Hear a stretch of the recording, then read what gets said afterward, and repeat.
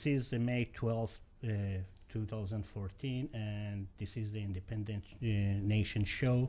This show is about getting people motivated and advocated for their running or helping politicians or the democracy for that matter.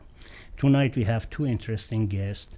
One is very experienced politician, and another one a newcomer to the line of the politics. And I asked them to introduce themselves. Donna? Thank you very much. My name is Donna Cansfield. I'm a retiring provincial member of parliament from Etobicoke Centre.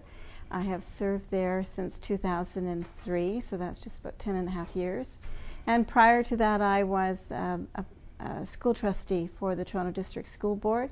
Ended my life, actually, in my career there as the chair of that board, and then served in other capacities on behalf, and I did that for 15 years, so 26 and a half years. Nice to have you here. Thank you. And we have a rookie, relative Paul. newcomer. I've been engaged in politics since 1974. Your full name first? Paul Bell. Okay. I'm a candidate for City Council in Ward 33, Don Valley East.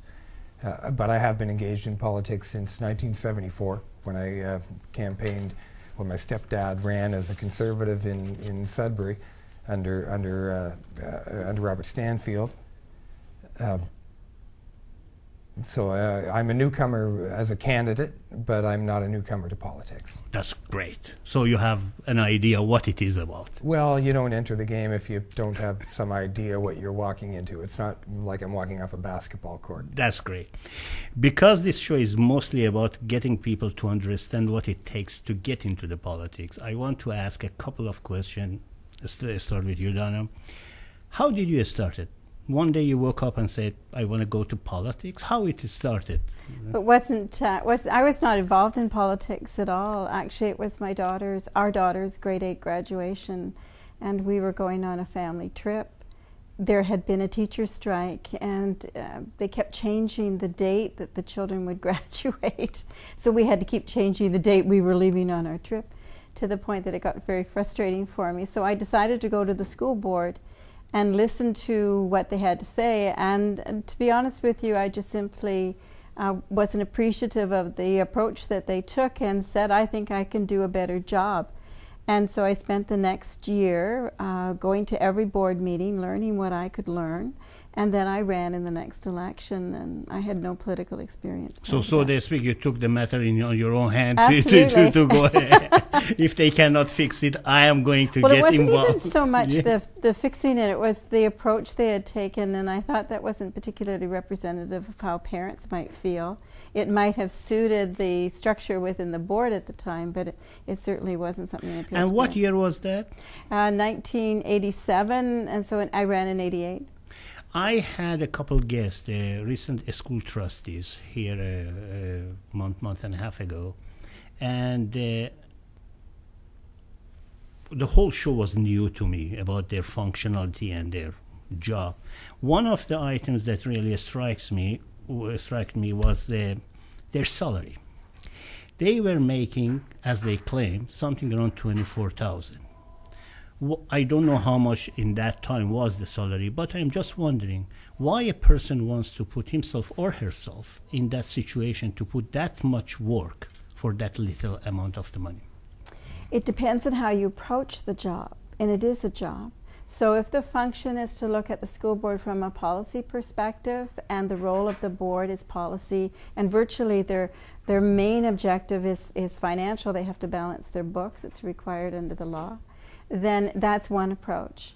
If you have someone who wants to get more involved and gets involved in the schools, that's another approach. And individuals take those on, depends on what they want to do. Certainly prior to the amalgamation of the school boards into one, when there were all of the different school boards in Toronto, there were different salaries for each of the school boards. The Toronto board at the time made a very significant salary, I think $60,000 or something. At that time? At that time. Whereas I think my salary in Etobicoke was maybe 16,000 or Okay. 18,000. It was different in North York and different in Scarborough and all of them. And then when we were amalgamated, it actually went down to 5,000. Yes, at the time of the That's Harris, right. if I'm not That's mistaken. right. Yeah. And still people wanted to because they believed in education and public education. So money is not the motivating factor to get into the politics, Oh, at least in heavens, no. that level. At any level. I mean, even when you look at what a provincial politician makes, just federally it's a little more significant. But you don't get into this for money, because when you look at the amount of work that you have to do and the time and commitment, and you have someone who is a doctor or a lawyer or an accountant who could make far more money in the private sector, there's more to why they want to do it than just because of the money. But the perception of public is differently, as you explain, when it comes to the MPPs and MPs at least. I think so, because, for example, they all think we have a pension. I don't have a pension. I could. You don't? No. Provincial politicians do not have a pension. Mr. Harris took that pension away before 2003. I guess in 1999, 2000. So an MPP, when he or she retires, does not have a very significant pension? No, not at all. What we were able to do is, out of our own salary, we contributed 5%, and the last number of years we contributed 10%, but it comes out of our base salary, it comes out of our salary. You see, that's and a it's new called a thing defined registered pension plan, but when you look at it, it's like anyone else, it's just any putting in individual the money would, yeah. yourself. And there's no contributing factor to it. What, because you said that you started politics long before becoming a candidate in this election, how did you start it? You get up in the morning and said, hey, Daddy or Mommy, I want to go to politics? No, I didn't ask my mommy or daddy. You use that because you're younger, that is why I said to you. You presume. I've been active and I've engaged in issues, and I've seen some problems and some disorder and some dysfunction in City Council. I was asked to run, and I was asked to run for all the right reasons. I'd like to sort out some of the dysfunction. And when you mentioned, Donna, that there are no pensions and that the wages aren't all that high, I think that sometimes the benefits that these people who are running right now are getting must be coming from somewhere. When I look at the people who are running and the grandstanding and the egomaniacs who are involved in politics, it concerns me deeply, because there are issues that concern people in their wards. I'm running for city politics, yes, because I am not interested in party politics. Okay. I was a conservative. I was a delegate and a YPC president until 1993.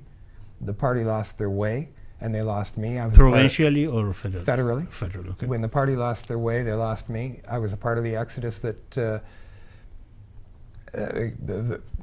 seems to have just cascaded to the point right now where we're seeing politics being controlled by special interest at the federal level. People look at the Conservatives and they presume they're owned in some part by big oil. I think they are. The federal Liberals are involved with big pharma, and I think they are. The NDP support the interests of unions, and I don't think that anybody is concerned about the constituents, the people who vote for them. So I support politicians on an individual level, and some of them true believer NDPs like Marilyn Shirley I've supported over the years because I like her. And I know that she works hard for her constituents, and when they call her on the telephone and that they have a problem, she's going to address those concerns. Does she share the same point of view regarding a specific I don't issues? know. I've never had that conversation with her. What were the main issues for you personally that got you said, okay, this time I have to put my name on the ballot? In my case, municipally, we have. When I was born in Toronto. My mother was at Osgoode Hall Law, and I was raised across the country, Sudbury and Vancouver, and then I returned to Toronto in the 80s. And I saw a city in decay, and we've ignored infrastructure in this city for 50 years. And I think it's because of the grandstanding, the special interest, and I think it's about time that we address this, and I think everybody knows it too. We have transit debates. They're constant, on and on and on. And For there's so 30 years, yes, I'm aware of that. Well, if nobody else is going to do it, I'm going to do it. That's a good attitude. Let me ask Donna. You have been in the provincial politics for over 10 years now. Can you explain what is really the function of the provincial government or influence of the provincial government practically over the cities, like City of Toronto? Because we on the news we hear that, okay, Premier approved this budget for the TTC, or this budget for the infrastructure in downtown Toronto, or the airport, or helping or not helping, and then we get the politician in City Hall. They say, oh, we have to discuss that, and we are just a body to tell where the money goes, and then if it is TTC, we are not telling them what to do with the money. We allocate certain money to certain part. So what is the I want to find out what is the relationship between part of the provincial party or provincial government rather over the cities like Toronto, at least large cities like Toronto, London, or even cities in suburb of Toronto.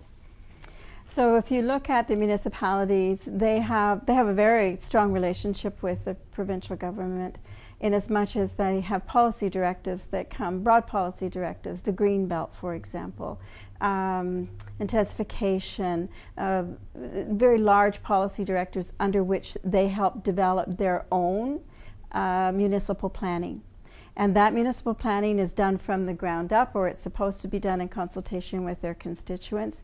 And that municipal planning conforms to those broad policy decisions made by provincial governments, and they have been forever.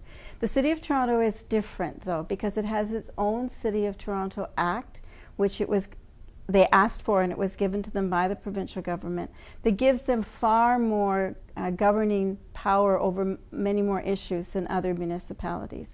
And the obvious reason is it's a very large cosmopolitan unit, if you like, and it encompasses almost 3 million people, and that will continue to grow. And when was that? That was done, I think, 2008 or so, somewhere in there, when David Miller was still there, and it was specifically asked for.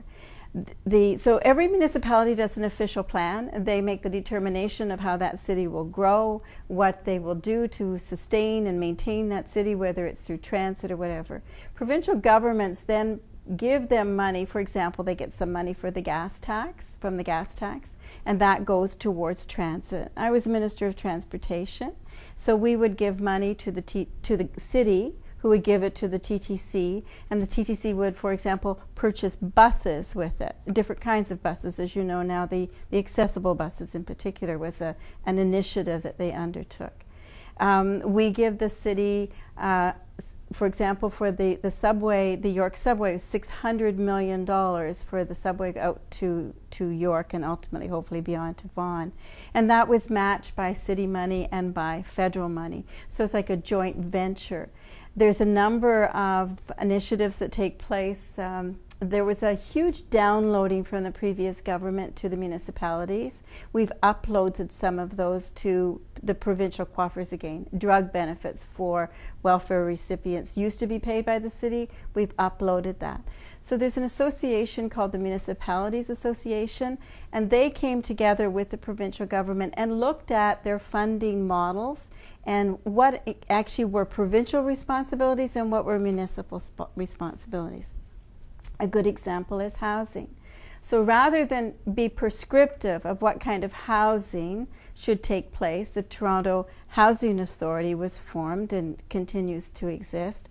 Monies are given to them. There's some monies put in by the city, but they make a determination in Toronto about the use of those dollars. There's always the question, could there be more money? And of course there can always be more money. There's not sufficient from the federal government or the provincial government or whatever. But that's the mechanism that it's And used. in your personal opinion, not necessarily the party you represent or the offices you held, Was it a good idea to give more power in the hand of municipality from the provincial government in the sense of the accounting practices and these sort of things? Oh, absolutely. You know, the city, there are, 47 councillors, I believe? 44, sorry. 44 councillors. I mean, they represent the broad spectrum in the city. They are where I would say the rubber hits the road. They know and understand their communities. They're the ones who know coming together to make those collective decisions.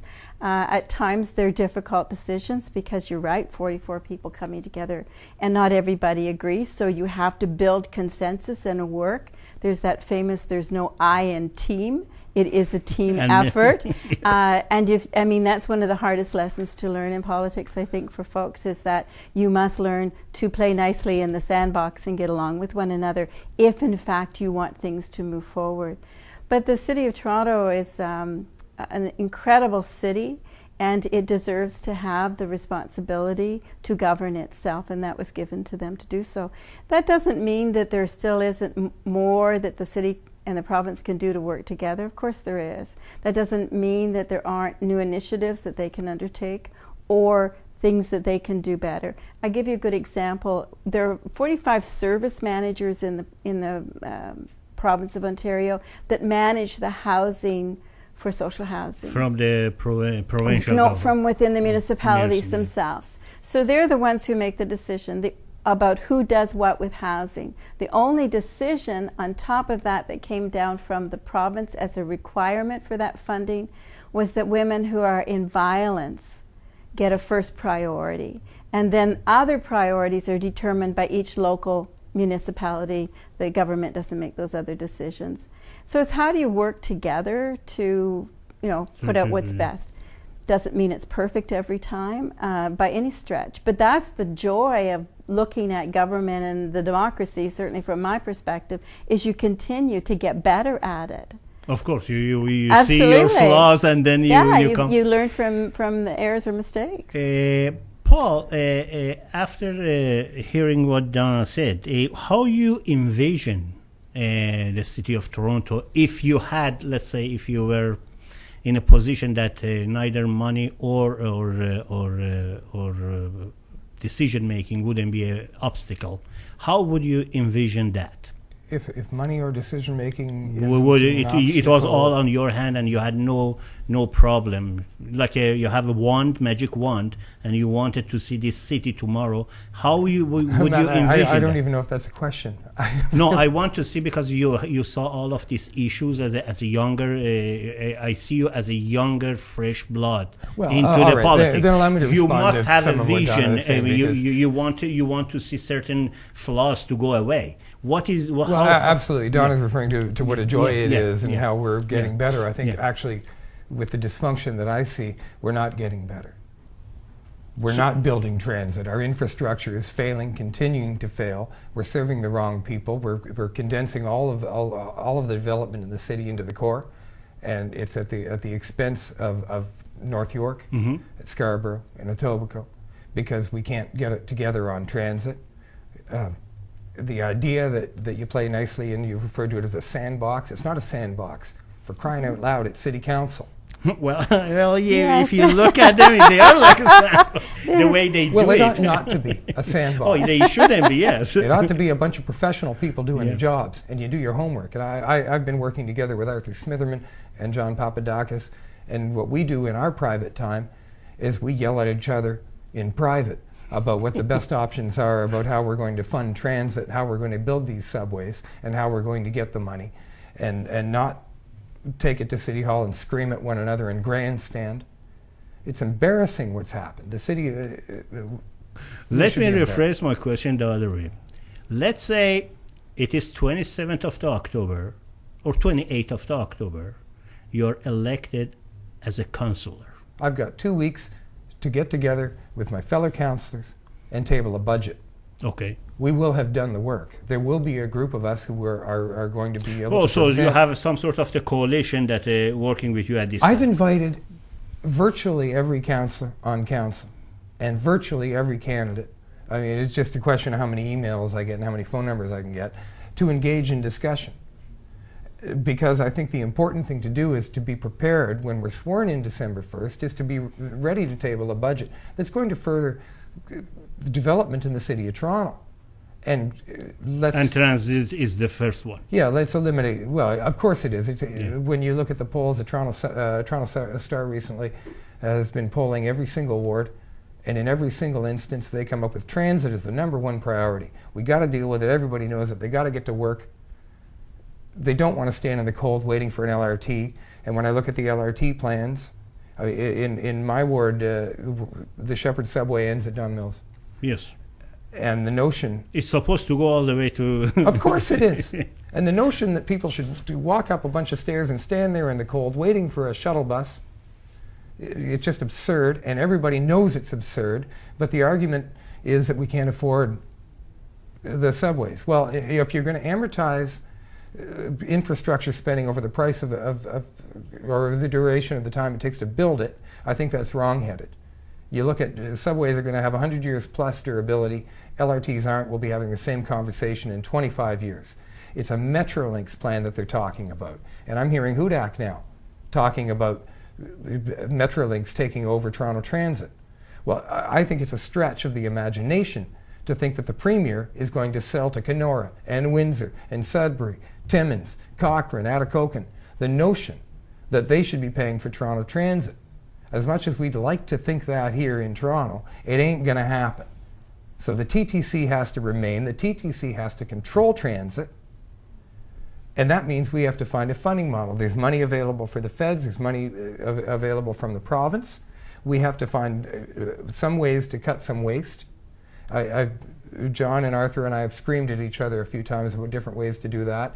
I don't think the idea of borrowing money is a bad one. If you're going to build transit that's going to be about building for your grandchildren, with interest rates as low as they are right now, you're failing for us, let alone for our No, grandchildren. and I understand that I'm taking a big risk, but it's the same risk that Boston has taken. We celebrate the success of the big dig in Boston. The city's in great debt, and I can assure you that Smitherman particularly has been very hard on me in this point about how much debt Boston is in because of the big dig and how much money they've borrowed to do it. They also received a great deal more federal funding, percentage-wise, than the government in Ottawa is prepared to offer Toronto. But we have to do it. And if we have to borrow money to do it, I'm prepared to look at those options. That's... Let me segue. You brought a good issue, the interesting issue of the budgeting, and because you were there, and up until just a couple of days ago, as a matter of fact, I want to ask you: in the recent budget that Liberal government introduced, they allocated something close to $29 billion over the next 2.9. For the transit, Right. Like 2.9 each year or something like that. And that could resolve a long series of the issues of the subway, either it's TTC or anything like that. I'm not getting to the details. I'm just wondering, that was a good policy. Then why other parties did not like this budget and just call for election? That's a good question. You'd have to ask Andrea, quite frankly. Now, and the reason I'm saying that, because I know I glanced at the budget. There were the issue of the pension, there were issue of the additional taxes for the higher income, there were issue of the pension, there were issues of the transit. All mostly these four main one were what NDP was fighting over the last couple of years. And yet, when the budget was introduced, there was a call for election. Well, as I said, you'd have to ask Andrea. I can't speak on her behalf. You know, as someone who has sort of looks at this from a different perspective, because I'm not running for City Council, and someone who actually, when I was Minister of Transportation, started Metrolinx. The challenge was, how do we look at not just Toronto, because people forget that a significant portion of people come into Toronto from every day. outside of the So you actually have to look at the GTA when you're planning transit. It's not just a Toronto issue. I use an example. I think it's something like 30 or 40,000 people come in from Mississauga every day into downtown Toronto. And they spend their money there. They buy, clothes and eat whatever and entertainment. So you have to look at the GTA from transit. And the interesting challenge has been, without question, I think that's been alluded to, is the difficulty around the different perspectives of the different individuals as to what should be there. The TTC, for example, did its own analysis around whether or not there should be a subway to Scarborough, and came out very clearly, as I read the report, that it was not economically feasible to put a subway to Scarborough because it doesn't have the ridership and it cannot pay for its operating costs, much less its capital costs. It's one thing to build it, you've got to have people to use it. Having said that, that was the challenge in a debate that had to go back to City Hall. They had the debate, they made some decisions. There had been a contract already signed with Metrolinx, and then that, as I recall, was reversed. And so it is an emotional debate, very much so, depending on where you live in the city. But again, I don't think you can speak about transit in isolation of the broader issue looking at the GTA.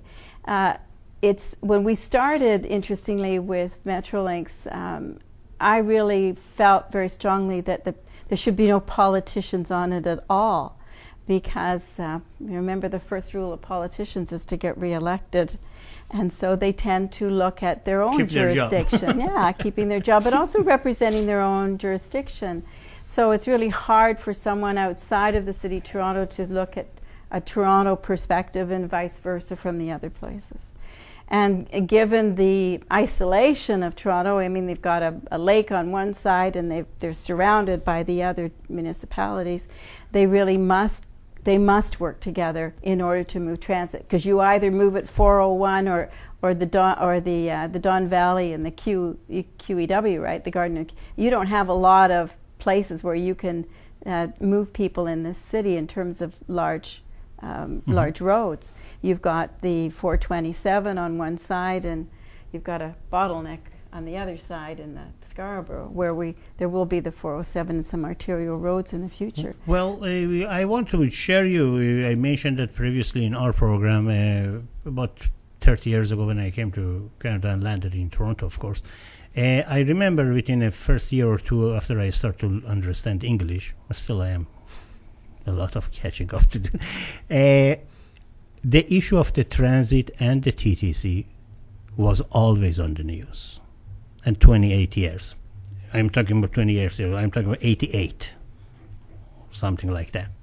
And I remember at that time they had the plan for that Shepherd line that goes all the way to the Scarborough Town Center. To Scarborough Center, where and it ought then to be. And about 10, 15 years they were talking about that, and finally they got it, and then they say, okay, halfway we stop at Don Mills. And there's development where that has stopped. I am not kind of the person to get into the argument discussion or tedious discussion with the people. I don't have that stamina, neither that intelligence. However, I am a logical man, and I always ask myself, why a simple project, not simple in a sense of it's simple, is a one issue project. Why it takes 30 years and it still is on the table? And that, to me, a little bit illogical, put it this way. Mm-hmm. I understand governments comes, governments goes, government changes. That is why the reason I brought this anecdote, because you said you don't believe that politicians should be involved in this discussion. Well, at Metrolinx, I was saying, obviously they have to be involved at in the budgeting part. In the budgeting. Metrolinx is an agency of the provincial government. Okay. How can you not have appointed people, hired people, friends of the provincial government? But it was designed to look from Hamilton through to the Durham. And now they're insinuating themselves deeply into Toronto Transit. No, I understand. Let Donna says that we get so back to your point the idea and the concept was, how do we find a way to bring those jurisdictions together in one body that could help to develop and put together the plans for transit that included Mississauga, Durham, you know, the whole Hamilton now as well, because that's a really important part. So that's why Hamilton's included in the GTA. Do you think it would be that difficult for us to get? Let me finish. You're saying a hell of a lot let me about finish. this. So the idea was, the idea was because constituents don't care if there's a border. They don't. They just want to get to the point A to point B. That's How right. is that to solve logistically? It's not a big Exactly. deal. Paul, when we get back to you, You're talking about a very simple logistical problem, and you're turning it into a 30-year delay. You still have to get all the people from those different, whether you like it or not. This is not a dictatorship. This is a democracy. There are a number of people that have to come together to make a decision. It's not the easiest thing to do, messy at times, but that's the one way we're working here. Yeah. People are elected in Mississauga, they're elected in Durham, they're elected in Richmond Hill, they're elected in Toronto, they're elected in York, and they have to come together to say, how do we provide in this municipal jurisdiction, the GTHA or GTA, including Hamilton, transit that works for people. And the difficulty becomes you get very isolated opinions. It's not a broader fiduciary look at things. It tends to be Mississauga's look at things or Toronto's look at things. Well, everybody looking after his, that's right, his their own. And that's when I said at first, in that whole planning exercise, it might have been better in the beginning to have the expert transportation planners involved and not the politicians sitting at the table. Obviously, those plans go to the politicians. They have to be at some point engaged in it, but to put that plan together for maybe would have been a better way. But let me ask Paul, I get back to you. Don't worry, you have your plan here. It is now your turn. Sure. Now, again, come back today, because you are a passionate person and you want to make a difference the way that you portray yourself or introduce yourself. And let's focus on this issue and your objection about the whole infrastructure of the Metrolinx and the TTC and the discrepancy between two, or cooperation among both, if there is any. I want to ask you again, if you have been omnipotent and you could do everything in your hand without any objection, how do you structure it? I just want to know what is. I'm not going to answer from the position of one who would be omnipotent, because I can't conceive of that notion, and I would prefer not to be omnipotent. No, it is but what I will do is say that when you talk about transit serving only the population that exists there, and when you look at the city and the way it develops and the way transit serves where population is, and what Donna was speaking to was where transit is only going to serve the population who exists, and you have city staff who constantly reject building propositions, and then they're brought to the OMB through the back door, and the OMB will approve a development, and then the core gets more development, therefore the core has more population, and then we have so more people to proportionally they get more transit. But the city staff has already determined that we need to develop our city outward. We're a hub of immigration, we're a center of commerce, we're growing, we can grow outwards. Okay. We have all sorts of room. We're bounded by a lake on one side. The rest of us, we have a lot of trees and land and other smaller municipalities who'd love to be part of the greatest Toronto. London, England is a great example of that. Sheffield used to be distant. Now it's on the tube. Yeah.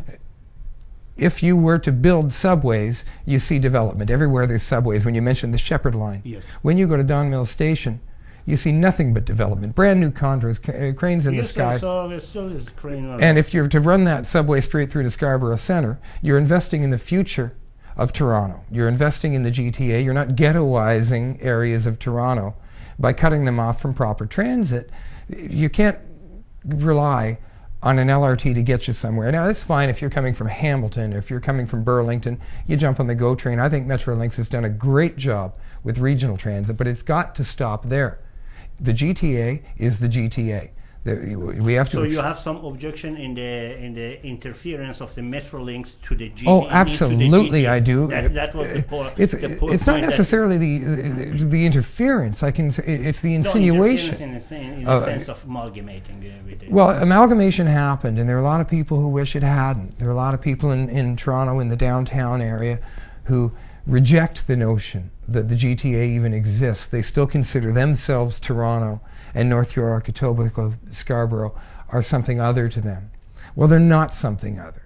We're one GTA right now. We're not going to undo amalgamation. I haven't heard one provincial candidate suggest that we undo amalgamation. You never know.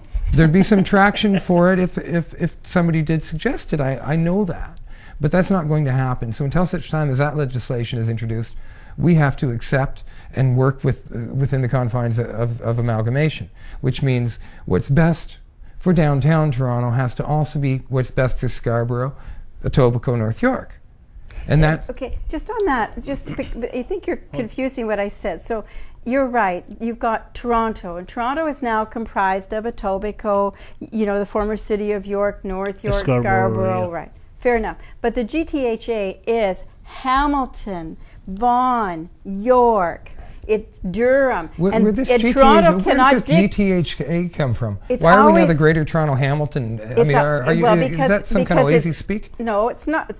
There's always been the GTA, the Greater Toronto Area, and then the GTHA now includes Hamilton. Actually, no, amalgamation is the GTA. We're dealing with Toronto. No, okay, the two different things. I thought we were talking about Toronto. Now you're bringing I'm this to the talking provincial about level, the and that's the problem that I see. We are talking about aspiration to GTA get to the politics. The GTA Well, I strongly the Greater disagree. I would Toronto prefer area. Toronto. Personally, if it were up to me, But- I think Toronto should be treated more like a province. You were talking Oh, earlier. that brings me to that question. Well, that's what we were talking about. Is this? You were talking about the powers that were given I'm under the talking Toronto about Act. the Greater Toronto Hamilton Yeah, the Toronto. area. You talked about the Toronto Act, and But- now you're but- talking about and we're Ontario, talking about Toronto, including transit. Hamilton. Actually, Sorry, I'm glad you we're brought talking it about up Toronto. because I had something I noted when Donna was talking.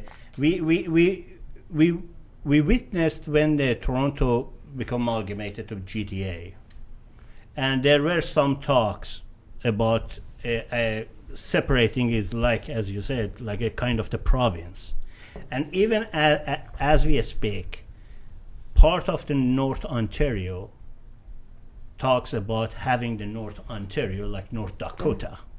Yeah. Some people talk about that because they cannot manage that. From perspective of the provincial government, has ever this issue came to the table that, hey, should we separate Ontario to two sections, or give the special status to Toronto or GTA, or the Strait of GTA as a separate kind of the authority like a province, a provincial government? No, not certainly. When I sat in cabinet, it was not. So it's never tabled. It was It's- just no, talk about people talk, Yes. but no, there was never tabled. And I sit at the Northern Cabinet. There's nothing there either. Do you see in the future, or can you have that imagination in the future such a thing happen? No, I think we're one of the greatest strengths of this province is our wonderful reliance on each other. It's you need the natural resources of the north in order to fuel Bay Street, which is the financial hub and the mining hub, actually, I think, in the world, but you can't do it without the natural resources. But northern people complain about, everything is in Toronto, you don't do anything for us. So people from Sudbury, Sault Ste. Marie, the people from I think I think you'd find a lot of agreement for that. You hear that all the time. I just don't think you're yeah. going to ever see any level of government that exists right now under our system ever giving away their pieces of the pie.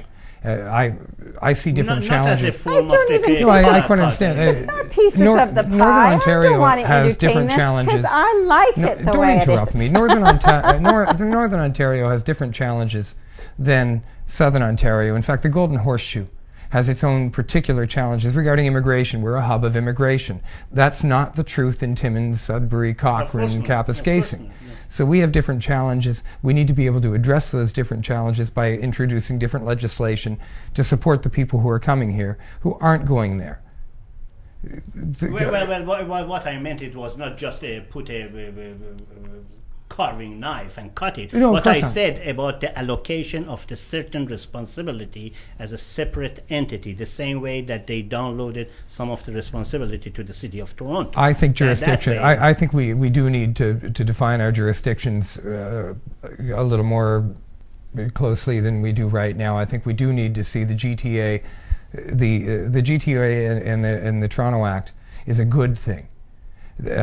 I think certainly the Northern Ontario should have similar protection, because they don't have the same challenges as we do in Southern Ontario. Well, we have in the last numbers that came out, very close to 50.01% of the Torontonian, or at least downtown Toronto, born outside of country.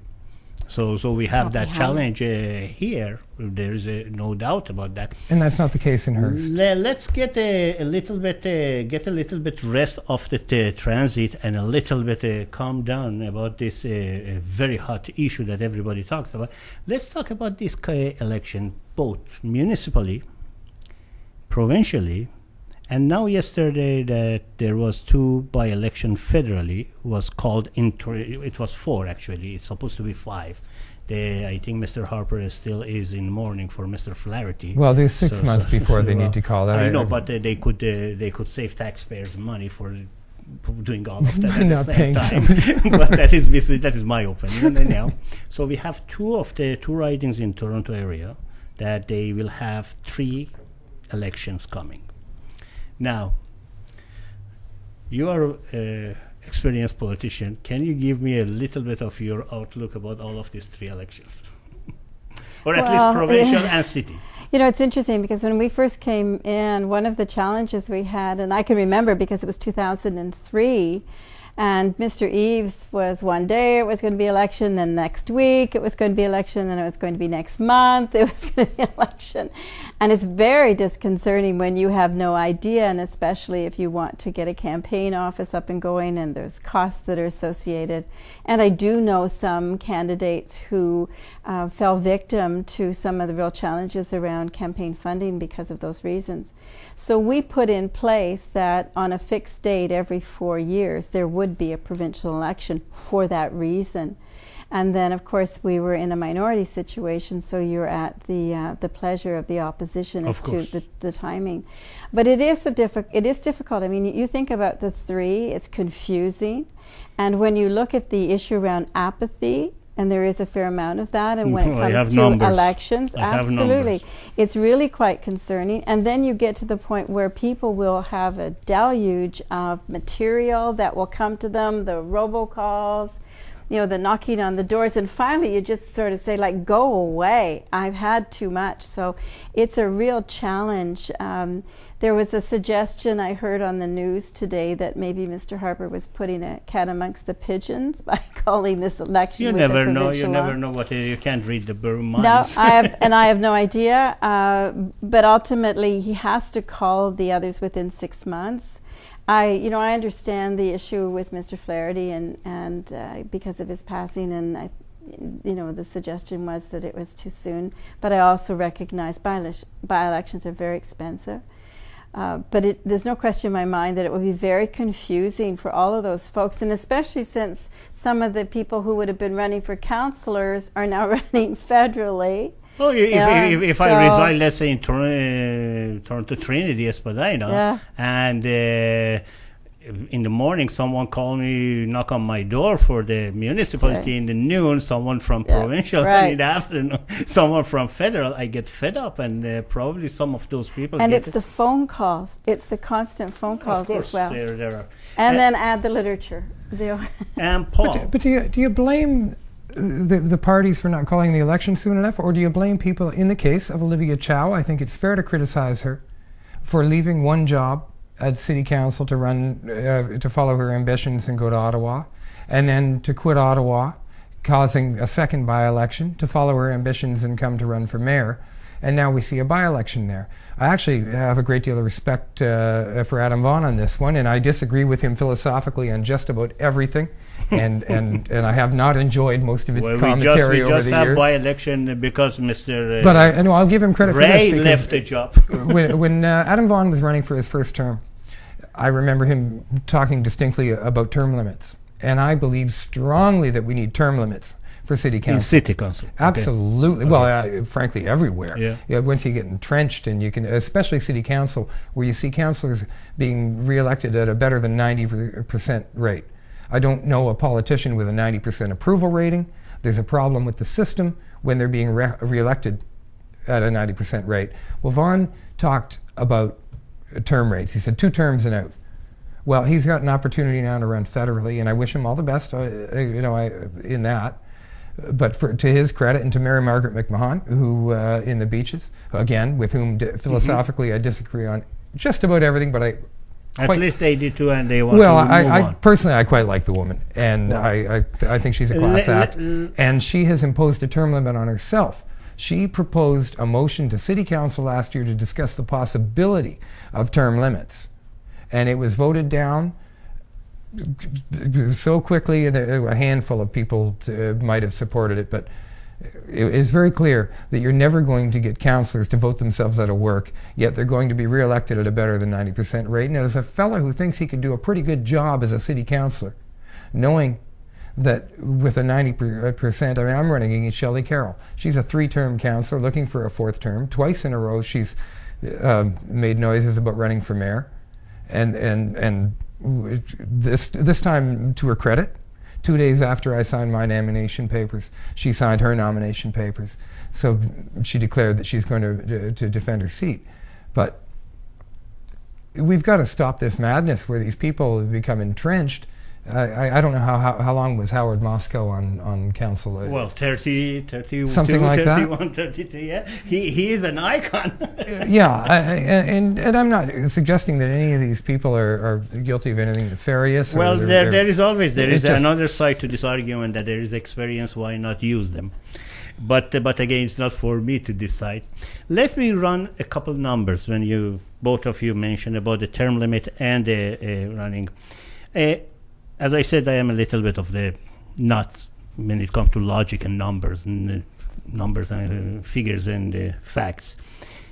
In the 2011 provincial election, what I did, I gathered all of the numbers of the MPPs that they were elected. That means they are getting to the Queen's Park, and added the number, and then divided to the number of the eligible voters. Because we had only 48%, 49% turnout. That means 51% didn't even show up.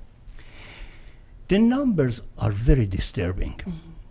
The Liberal government, all 53 MPPs that they were elected at that time, they had about 11%, just even slightly less than 11% of the whole eligible voters.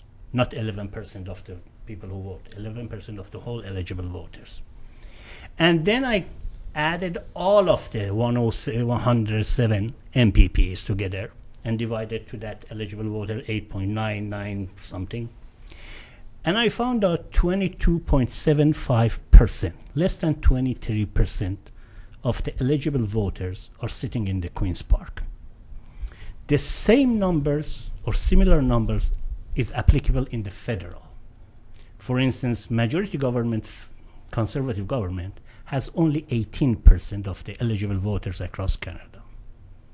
Now, my question comes to this fact. When we have 23% of the, people in the Queen's Park, which they get their mandate by 23% of eligible voters, to me, is like 77% are not being represented. Is it a fair estimate that I'm doing, or am I crazy? Well, you can do a lot with figures. So I use myself as an example. In my riding, I won 51% of my votes. 51% of people who voted. Right. Not 51% of That's the right. eligible voters. That's right, 51%. So you had about 26%. Right, but a little over about 60%, I think, of the eligible voters voted. So you are about 27, 28, or you are better than many others. Yeah. But the difficulty and I don't disagree with you. I mean, the challenge has been how do you get people to come out and vote? Bribe them. Well, I guess you could always bribe them. I don't know that that's particularly honest or legal, but it certainly is an approach. I think it's more, how do you engage? What I found fascinating the other day was when CBC went out on John Street and spoke to 12 people, 12 young people, 12 people who they were weren't hanging seniors. around to go to the to the And game. only one of them knew all three leaders and which party they belonged to. That is Some embarrassing. Some didn't even know there was an election on. Others had no idea who they were. Some of them mixed up the parties. And then you say to yourself, well, we have a problem. I used to do girls' government in my riding, and I did civics classes for grade 10 because there's a civics component. And one of the things we would talk about was, and it would be very nonpartisan, how do we encourage people to get engaged and to vote? And because you have to start young. What is it you do that you can make a difference? And how do you feel strongly or passionately about something that you just young gentleman exactly that you want to move forward? I wish I had that passion in my life. Well, people have it, but how do you channel it into? Because these folks who come and sit make enormous decisions that impact and affect your life. So how do you decide that you're going to vote, and then how do you decide who you're going to vote for?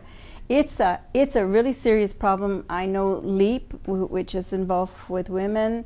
There's the Canadian Institute for Political Studies that's doing work on this. Certainly, who else was doing a lot of this was John Turner, engaging youth in youth involvement. How do we re-energize people to get engaged and involved in politics? Voting is just so important. And let me then ask you this question. You were in the school trustee for a number of years. Why is not part of the curriculum? Well, there is a civics class, and actually when I was in, I guess it was the last year I was chair of the board, we actually put in a specific program developed by Craig and Mark Kielberger on how to engage young people in civic activities that ultimately would lead them into the path of more engagement in the community and ultimately in politics. Like, it was the me to we. How do we get a voice as youth, and then how do we make that voice a difference? And David Reed, who was the director at the time, and I put that book in every grade 10 class for every student, one book for every student. Is it still there? It's still there, and they're still engaged. The challenge becomes, how do you, I think it needs to start earlier than that. Grade 10, not all young people, it's almost too late. Donna, how do you keep the bias out of it? Because I'm a product of the Ontario school system, and I went to U of T, and I was disgusted, because I went to U of T as an adult, with the bias. There was an agenda, they were pursuing, and I think a lot of what happens with the curriculum is you're directing the students, and you're directing the agenda, and you're telling them that you're going to behave this way, and you're going to vote this way, and you're going to think this way. And I think a lot of people reject that. And if you do say, I oppose that, and I'd like to know what the other side has to say. I'd like to know if there's any other alternatives out there. And I don't mean this left-right paradigm, because I really think the left-right paradigm has just become ridiculous. It's I think it's absurd at this stage. I think we're talking about the same corporate interests, just competing for the same money and sharing it amongst each other. I'm talking about new ideas, and I think that's where you have to engage people, is allow new ideas to be introduced. And I don't see any of that happening, and I don't know how that you could. I don't know that you can introduce that through the school system. I think the school system indoctrinates people. We teach them math, we teach them English, unless you're doing the Common Core stuff, in which case you allow them to determine that 2 + 2 = 5, and that's just nuts. But since you are you're running for councillor, let me give you some numbers of last election in Toronto City, and I want your opinion about that. We had about over 1.5 million eligible voters here, and only less than 800,000 of them showed up in the election. And Mayor Ford got about 40% or 42%, something like that. So that means about 300-something thousand votes. Yeah, I think the mayor won with 47%. Yeah, well, it was about 300-something thousand. It was actually it was 100,000 less than Smith. My argument, and please listen to my argument and tell me if this pot holds water or not.